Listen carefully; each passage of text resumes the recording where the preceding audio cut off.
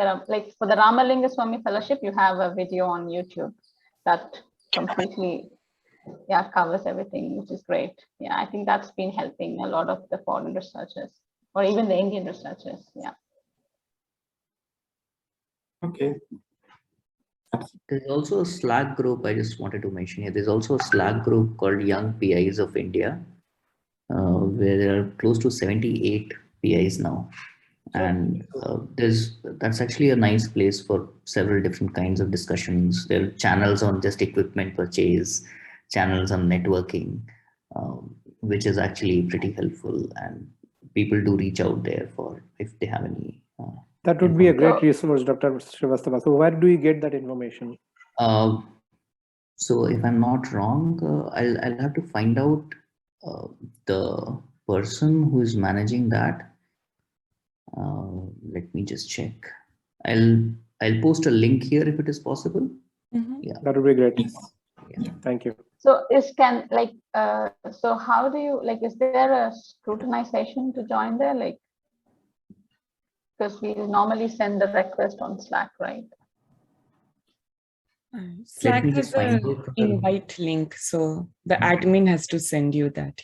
Yeah. So admin, if I'm not wrong, is Poonam. I don't know how many of you know her. Poonam is, I think. She's actually coming tomorrow for one of our panels, so we might ask her. Oh, then you can just ask her. Yeah. That would be great. Confirming it's Poonam Thakur, right? From ISER. Yeah. She might just herself tell that. Yeah. Or tonight. Sorry for you tonight. Yeah. So just make a note of asking her, and she might just tell you. That's good. All right. Okay. So the videos are available. I'm just pasting the link where we have our YouTube channel. So we do, as Shubhashika was mentioning, we do have a lot of informational videos on different grants, industry to academia transition, and any type of careers, starting from academia to non-academic. Thank you, Shubhashika, for that. So maybe just for others, if you have seen, what we are trying to do is basically have a platform where, early career STEM professionals who are trying to start their independent career in India, they can, gain out of the programs or, this platform that we are trying to build, right? So, we have a couple of directions that we are going into. So one is, of course, how to strengthen collaborations, specifically cross-sector. Like if you're in academia, how can you initiate industry academia, startup academia, those kind of collaborations. The second is how can you get mentorship? I know some of the institutes have their own mentorship programs, but if you want to expand your horizon, and especially for people who are returning from outside India, they don't have a network to start with. So how can they gain that network and, mentors for them when they're making the transition? And then, of course, there's scientific discourse.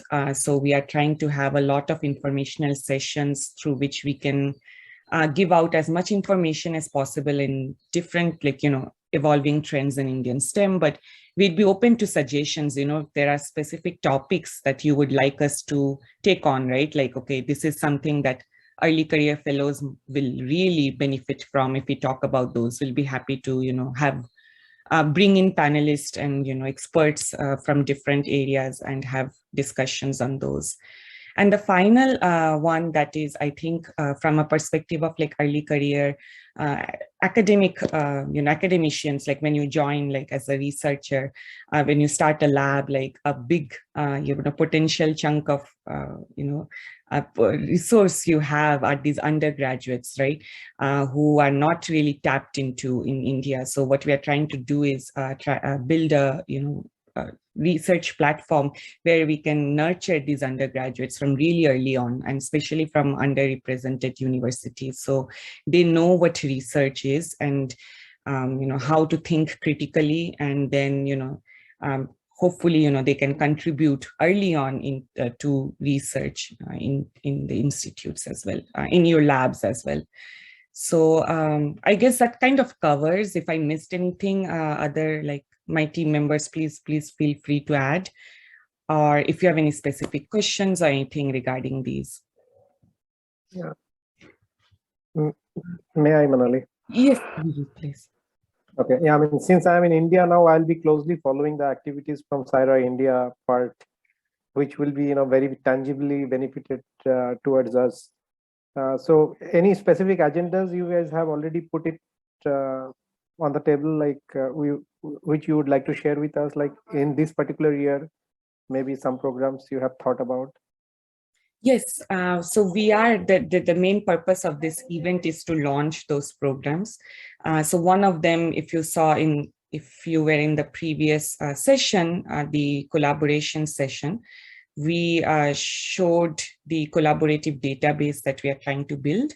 And we know that there are other collaborative databases as well.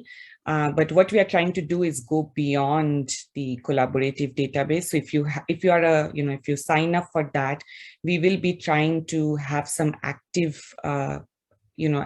programs through which you can actually initiate collaborations.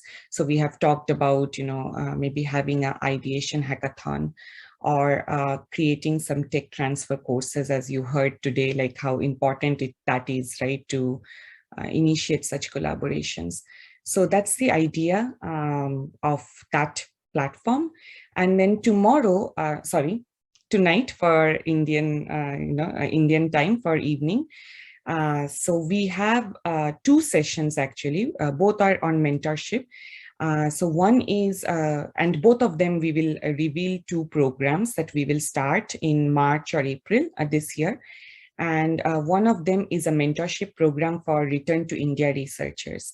So anyone who is returning, like right now in the process or starting to think of returning, or like someone like you, Abhijit, who has just returned, right, in the last 2 years. So they are welcome to join as mentees. And what they will get is a personalized mentorship, mentoring session with, you see some of the mentors here already, Ratna, Shriram, Shubhashish, they are all like, signed up to be mentors. And they have experience, they're already established here for, at least 4 to 5 years. So they have experience getting grants, you name them, right? So you can ask all those type of questions. They are in various regions in India. So if you have any specific question about, Bangalore, Ahmedabad, any cities, any personal questions, family related questions, where to put the kids, what happens there, any kind of question you have, you can ask these in these mentoring sessions. So we will be launching that tomorrow tonight during the first session. And the second one is a research initiation program we will be starting for Indian undergraduates.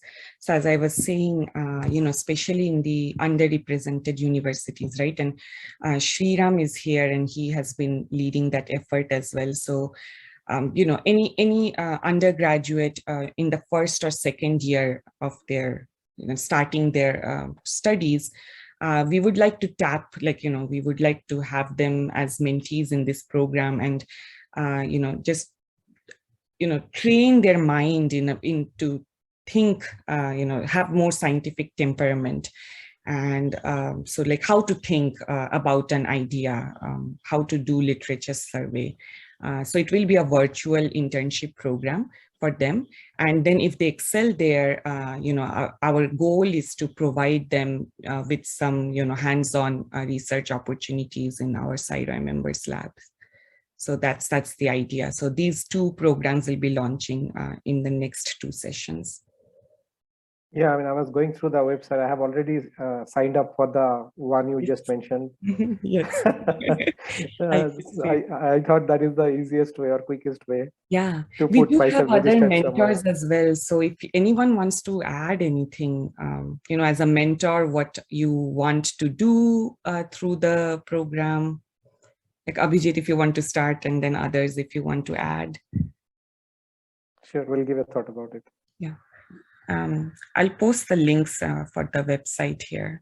Anyone wants to. So a very quick question, maybe, since I see I have option to ask. So to all these mentors who have already, settled themselves and transitioned very successfully in Indian universities, I know many a times you want to do, but uh, because of the work pressure and other administrative things, sometimes you are unable to do it. So just a common thought I would like to hear from you guys who have already gone back in last 4 or 5 years. Like, do you think it's very challenging, or you still can get time to all, get time for all these activities?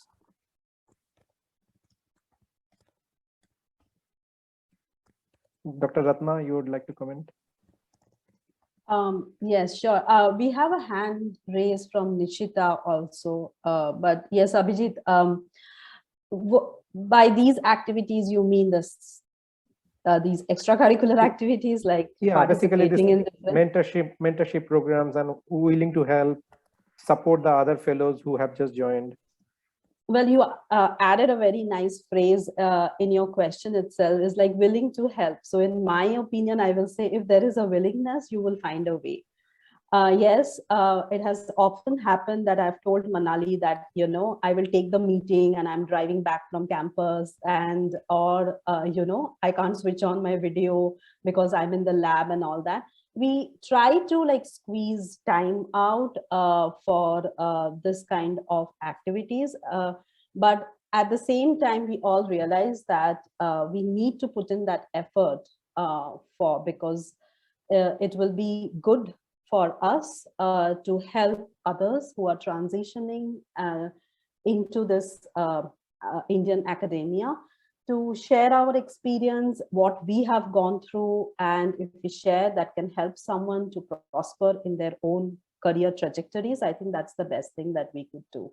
So that's how, if you ask if there is time, maybe everyone will say that there's no time or something, but you have to make those, spaces available.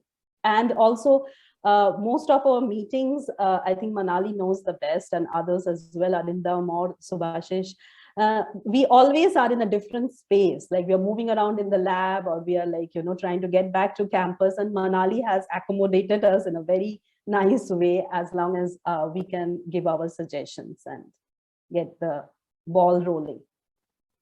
Yeah, thank you for those encouraging words, because I have been pretty active with Sci-ROI Global, and I want to do so. Even I'm in India, so I'm still afraid. I don't know. So just wanted to get some pulse out of you guys, like how things happening here. Right. Yeah. We have two hands raised from Nishita and then Niranjan. Yes, hello. So thank you for hosting this program. It was definitely interesting. So I was wondering, talking to people who have recently moved back, have you come across any recurrent problems that people have been facing? So there have been instances of funding delays or lack of transparency in many things. So are there some things that you keep hearing over and over again? And do you have any plans of, I don't know if you can help at all, but at least of maybe collecting support from people who are in the same boat, I guess? I'll just answer that in one way, that don't make quick decisions. Don't make decisions in a hurry without, let's say, discussing with other people, especially like, that's why we have created this group. Okay, so I mean, if you are facing any issue, okay, it can happen that other people have been facing the same issue, and you can learn from the group that, okay, how to deal with that issue. Okay, for example, I mean, recurrent problem can be, I mean, after coming back, let's say, I mean, we'll be talking about, in the session in the evening, but for, let's say, bureaucracy is there, or like, pollutions, environmental issues are there. So that those things are there, which, the issues do come up, but then again, with time, able to, deal with that, and then, how to basically, then we'll learn how to deal with that. Okay, that's the thing. Okay, but again, that's why we have created the group. Okay, so we can discuss this common problem, and can we solve them, and together. So that's, I mean, don't want to scare you basically that, there are so many problems in India, Okay, no, there are, there are problems there in the US as well, or Europe as well, and in India as well. Okay. So the thing is that there are different problems there and there are different problems here. Okay. So there are many, I think, positives. I mean, of course, we'll discuss that, pros and cons of everything. So there are many good getting students and, getting grants getting grants is like there's a higher probability of getting a grant in India than in the US for the same work, because how the grant agency, that's what we discussed in the previous session. So that's why, issues are there. There are different issues. That's it. Okay. So you have to, once you are here, once you are in India, you set up your own lab, then we'll be able to basically manage between that. What to prefer and what not. So I'm actually already here. So, okay. So I think that was not my question. My question was, what do you do when you have a problem? So is there something that you guys have open? So you did mention that we've put up a group for that. So did you mean like a Facebook group or something? Or so if I can, Sci-ROI. Yeah, Professor Shavas. I can just add, sorry, Devesh, if you want to go ahead, please go ahead. No, go ahead.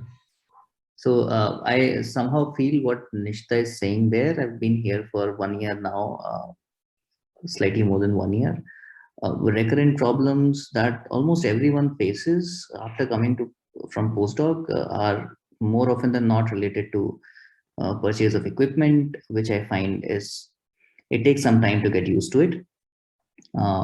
Ordering stuff, finding out vendors, things like that. And what I've found, again, my requirements are very limited. I'm a computational person. So again, it might be a little exaggerated for people who are doing experiments. But what I've found more often than not, what helps is talking to people. And this has been my experience for this 1.5 years. You please reach out to people within the institution. That is extremely important. Those who have gone through that, they will always give you some advice or tips which is going to help you cut down your time in searching the same thing, or talking to people, for example, in admin. So before that, just talk to a few people around you, and you can bug them because they have gone through that. So I feel I have been bugging people here all the time, trying to understand how things work in admin, especially with regards to purchasing. So that is one recurrent problem. The other recurrent problem, which is again very institute dependent, is getting good students. And there again, I feel that advice of your colleagues helps a lot. Apart from just reaching out to people at different places, telling them about your work and things like that. Just two of the things that I've experienced and I found, and the solutions that I found, at least temporarily. So I don't know if that helps, Nishita. To you. Yeah, here I would just like to talk about one specific aspect about the grant. So it's been almost 5 years for me that I have came back, and so in terms of grants, especially for the newer faculties, one of our senior researchers has advised me that if you're writing grants, it's better at the early age of your career, you write grants which is below 50 lakhs. It's way easier to get grants of 50 lakhs. So you write smaller grants, more in number. Sometimes it becomes logistically a bit difficult to handle so many grants, but it becomes easier to get those grants. And also what I have experienced is basically you always talk to the contact persons of like the specific program officers in the respective grant agencies if you are having issues with your grant release on a yearly basis. It helps a lot actually. So I have grants from DBT, DST, MHRD, as well as ICMR, and in all these specific sectors, I have connected with my program officers. For example, in the case of the ICMR, I have connected with Dr. Nivedita Gupta. She was my grant manager. And then in DST, it was Dr. Thangaraju, who was very supportive. For the MHRD, it's Dr. Natarajan in ISC. He was very supportive. So at least you will get an idea that what is the situation over there, and when it's going to, when it's your grants is going to get released. So it always helps. Okay, so definitely problems are there, and as Ashutosh was mentioning, that it's better to reach out people not only within the institute but outside of the institute as well. That's always helpful. If you reach out people, there are people sitting over there to help you out. Okay, Arindam, I want to reach out to you right now. So one suggestion. So what you do, that assume that you have a grant, but the grant is not released, and now your students needs chemicals to run the experiments. What is the strategy there in IIT? So what I can tell you is basically in this Honestly, particular financial year, I have two particular grants. One is from STARS and another is from ICMR, and in total is about like 30 lakhs of consumables, which has not been released yet. It's February, so we are almost approaching at the end of the financial year. Yeah, now your student has to buy some chemicals. How you process? You just go for rent, you just have chemicals from the vendors. We have very good, so reaching out to vendors is also important. You have good reports from the vendors, and they will keep on supplying things to you. That's how we do. Although nowadays things are becoming a little bit difficult because most of the things you have to get from GEM. So that is becoming a little bit difficult, but still vendors actually help us out in these kind of situations, because that's how we have been doing for last 11 months. Only 1 month left. I have connected with my grant officer, and just last week my ICMR grant has been released. Okay, and I am and also the STARS funding is supposed to be released, so they are still saying that we are planning to release it by March.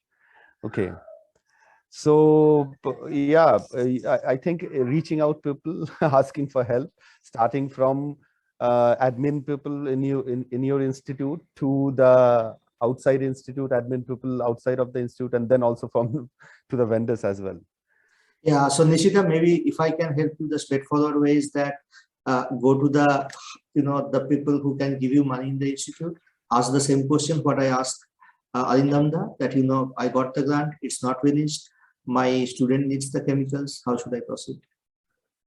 And also sometimes actually they help borrowing funds from other funds. So for example, if you have one thing proposed from one particular grant, but that particular grant doesn't have any funding, you can always borrow from another fund which you have already, which has money in it. So that's possible actually. Also, another thing. So one of the problems here was that our local admin isn't very helpful in communicating with the funding agency at all. So they've said, you are the PI, you deal with it. We are not. Yeah, that's what I was saying actually. You should communicate with the funding agency. That's the best possible way. And in most of the cases, they are actually very responsive. If you can find out your grant manager. Yeah, sorry, I've actually had very bad experience with that as well. Nobody answers either emails or phone calls. So I've been calling every single day in the morning twice for almost a month now, and nobody has picked up the phone. So Nishita, I'm not sure that which part, which year of your grant is there, but anyhow, sometimes if the funding agency is not helping, another experience that I have had, that you can have a negotiation with your own university or institute, and sometimes they actually delay their overhead deduction from your grant. So that money can be transferred as a part of your consumables. And when the next installment gets released, they take the overhead from that installment, because this is an internal university and a PI adjustment. And sometimes if you go and talk to your university saying that there has been a delay in releasing the second installment, then the part that they had deducted from the first installment as an overhead, they don't do it, and they transfer it so that you get your lab going, and they can always take the overhead from the next installment. that Sure. some negotiation and adjustment you can do internally, it may be a little more helpful. And I think another question that you asked, that whether we have a Facebook page. Yes, we do have a Facebook page, and you can write there. You can even send a DM, like, if it's a little more something that you don't want to write openly on a public forum, you can always send a message also on the Facebook. Can I make 2 suggestions? Yeah, go ahead. Hi everybody. I have come back close to 10 years now, and for recurring problem, in addition to what other people suggested, there are 2 small suggestions I have since you are starting very early. One, when you are writing these multiple grants, try to see if you can write one grant with an industry partner. If you are able to write a grant with an industry partner in times like this, when the fund, the industry partner, because their interest is invested in your project, they would come and help you out to get the project moving. So this may not be a bad idea to think on those lines when you are writing a grant. The second thing that you have to do, and there is no other way about it, is what Arindam touched upon, is the people skill. There will be people who are going to be very difficult to deal with. And at many times it is very frustrating. They don't respond, they don't address your phone calls, they don't do any of these things, but you just have to remain patient and deal with them in whatever way you will find. Program managers are excellent resources to help you out in situations like this. They basically have the power to push your grant through in their organization, with be it DST, be it DBT. So if you have a very good working relationship with a program manager, it often helps out. Something as simple as when you have your technical evaluation report, evaluation committee's presentation, you give your presentation, and right after the presentation, if you chart out minutes of the meeting, because you have given a presentation, it will be much easier for you to do it. It takes an hour or 2 of your time. If you chart out the minutes of the meeting, the technical portion, and send it to your program manager as a help. I have done this multiple times. I have sent them as a help that, I took some notes for my minute. You can choose whatever you want to use. That makes the program manager's life easy, and they will always, try to return the favor in some way or the other. So this is the first point I had to make. The second point of recurring problem is you will see people not adhering to the timeline that you expect them to adhere to, be it funding, be it delivering something, be it research collaboration or anything, and that becomes an issue. So whenever you are writing something, your timelines, take a 30% buffer time out. If you deliver early, nobody is going to come and say that why did you do it early? But if you are late, everybody will point a finger. So avoid to happen, make contingency for the time as well as the money. And the last thing I would like to say is that you need, even at the cost of tolerating certain individuals and others, if you can make friends with people around you, they are often, sometimes in situations like this, they are very, very helpful. So these are my 3 points that I wanted to point out. So that is something like that. If you can work out, it has helped me in the past. And I have come out of situations like this. And last, you have a grant letter from whichever agency you have got the grant. Talk to your admin, and through the admin, talk to a bank for a small loan, which is called a working capital. Against the grant letter for that amount, because they have a security, they can assist you with that, and you can offset the loan interest on the grant as a contingency, because released in time. If you have an industry partner, the industry partner will lend you that at zero cost. But if you don't have it, this is another way of doing it to ensure that the project is not stalled. And you can be very transparent and communicate this with your program manager, and the program manager will communicate with their finance team, and that can work out. So this is one way of offsetting for an interim period.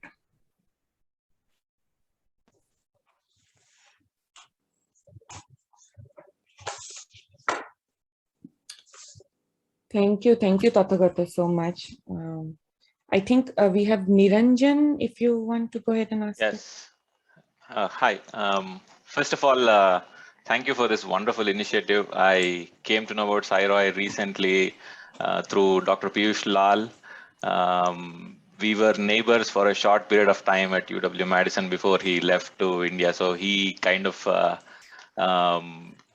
told me about this, and when I started exploring, I realized that this was a very wonderful initiative. Thanks to all the leadership team. I had a question lingering in my mind, which is for the Ramanujan Fellowship, or for fellows who wish to come to India. Currently, what I have observed is not all the institutes have streamlined process for applying using the Ramanujan Fellowship. So if anyone from this leadership team who has had experience, or who knows someone who is a Ramanujan Fellow, can provide some tips or guidance on how to crack that or apply for it, so to say, because I have observed that every institute has its own way. I know that we have to contact the host institute, but there isn't a streamlined process that I have observed. So it would be helpful if anyone who has had experience with it, or knows someone who has had experienced that. Thank you. So may I go ahead here? It's great to see you, Niranjan, here. Yes. Yeah. So as you like, I got a Ramalinga Swami Fellowship. So it's very much similar in pattern with the Ramanujan. So I'll tell you my perspective with my institute here. So I can help you in connecting my institute to host you for Ramanujan or Ramalinga Swami Fellowship. So basically, you need to talk to your host first. And like if you heard that other talks, everyone emphasized you should have some personal interaction with the host institute. That helps. It's not necessary, but that helps. So in my case also, I interacted with my host institute almost 1 year before my application. I talked to them. I got an idea where this institute is going in terms of research.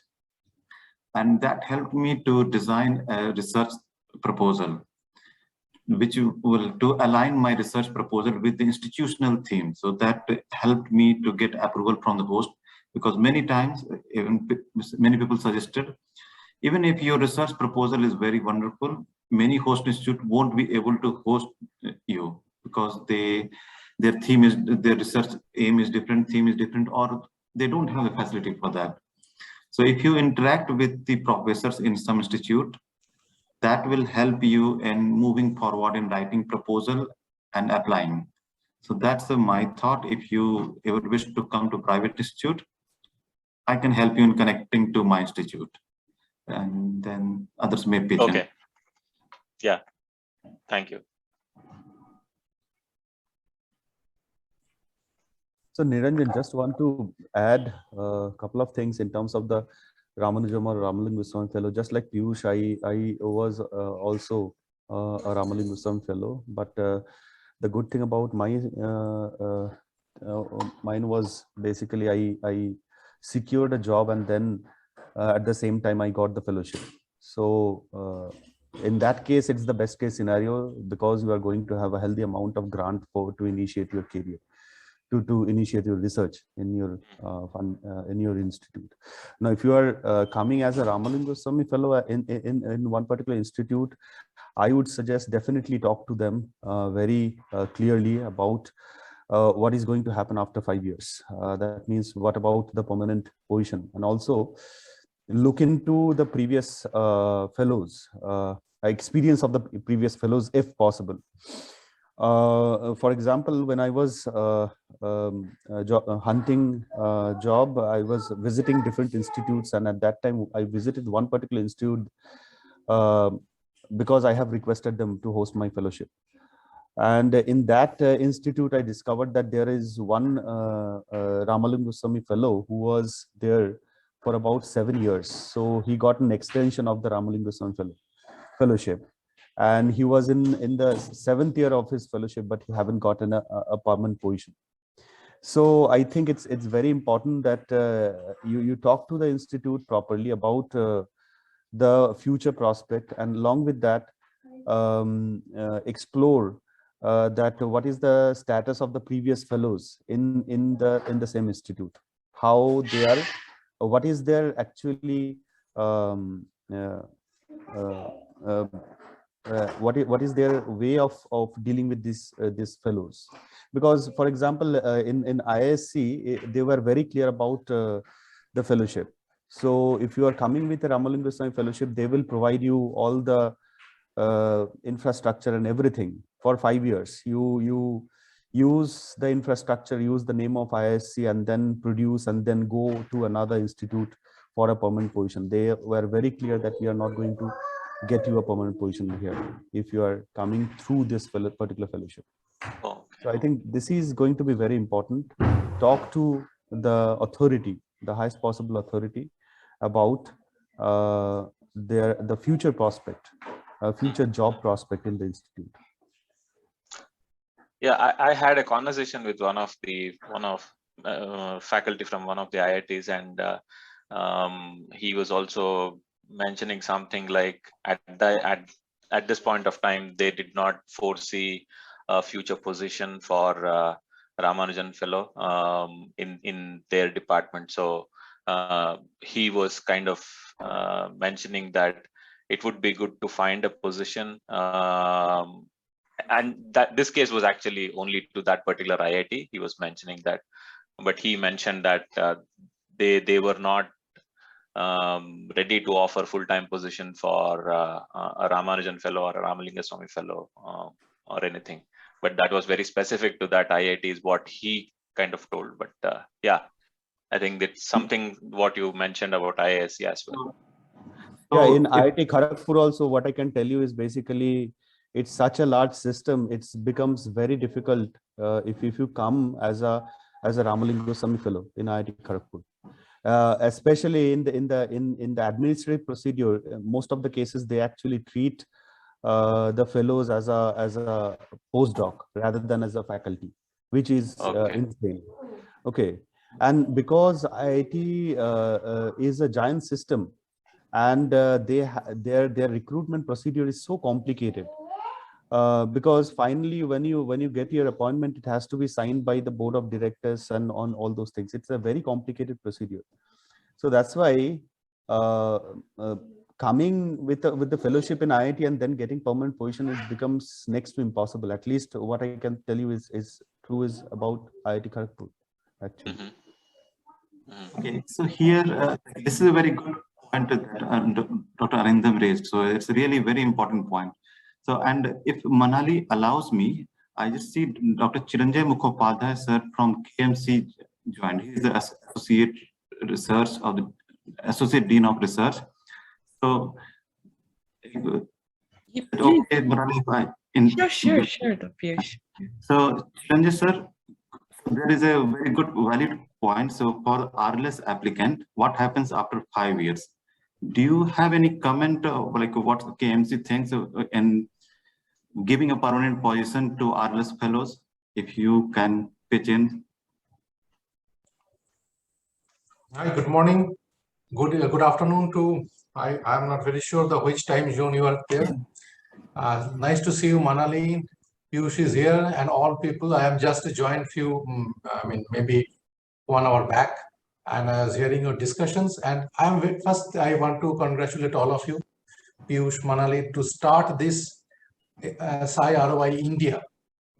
I mean, it is a wonderful effort actually. And I have seen Piyush is sitting just my next room. And I know that what the effort he is putting to get it viable and make all the people join here. So very good, and we have every support for that. Let me know if I can be any help of to this effort. To your question, Piyush, that what they will have after 5 years. I am not very sure about the policies of other institutions. For KMC, KMC has a policy that whoever has joined as Ramalinga Swami Fellow or Ramanujan Fellowship in KMC, after they finish their 5 years and or whatever be the tenure, after that they will be regularized as a faculty under a department. and their 5 years experience will be counted and they will be regularized as a faculty. That I can tell you from the KMC point of view. That is the rule, that is the policy here.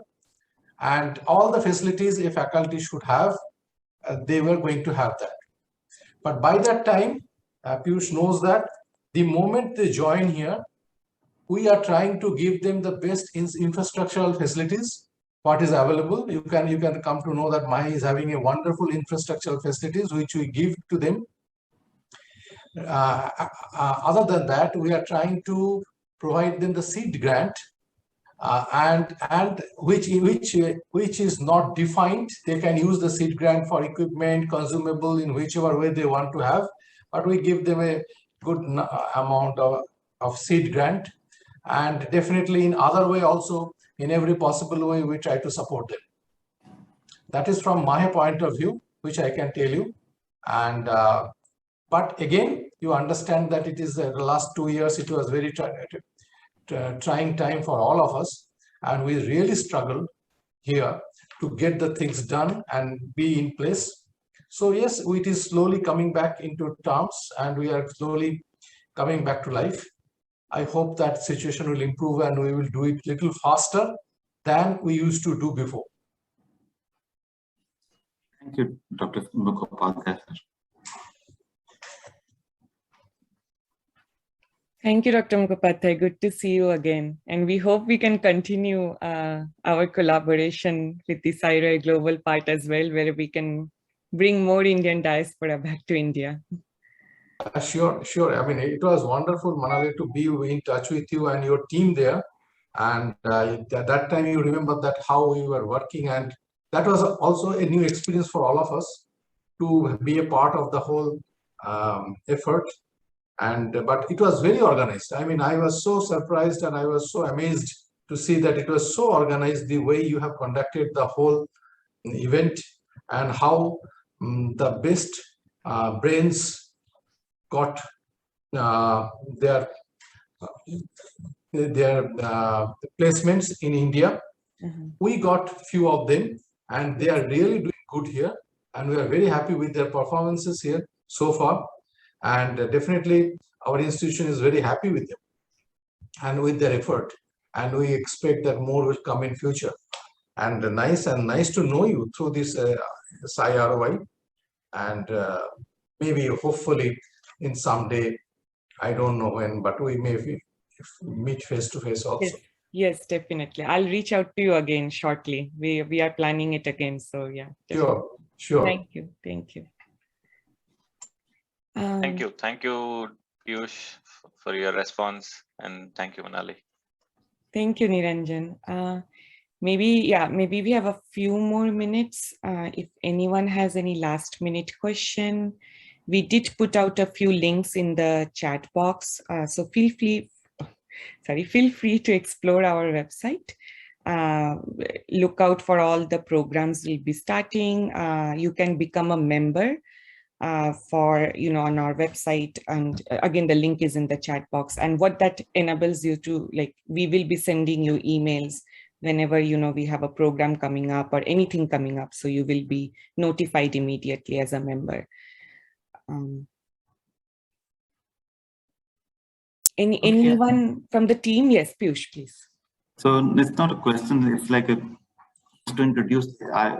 You already have set a very good platform for a collaborative network. So I'll definitely put my information on the Sci-ROI network, that platform.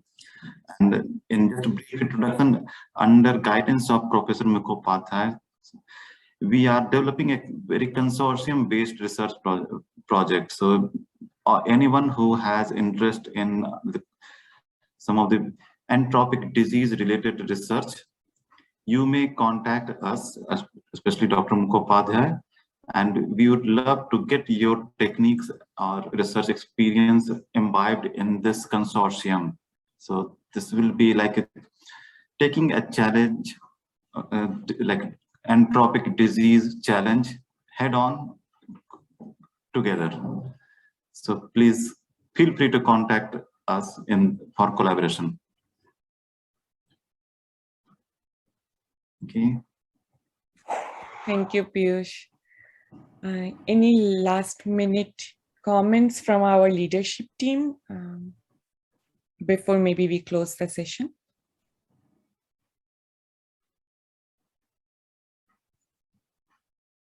Okay, then thank you to all. Thank you everyone for joining.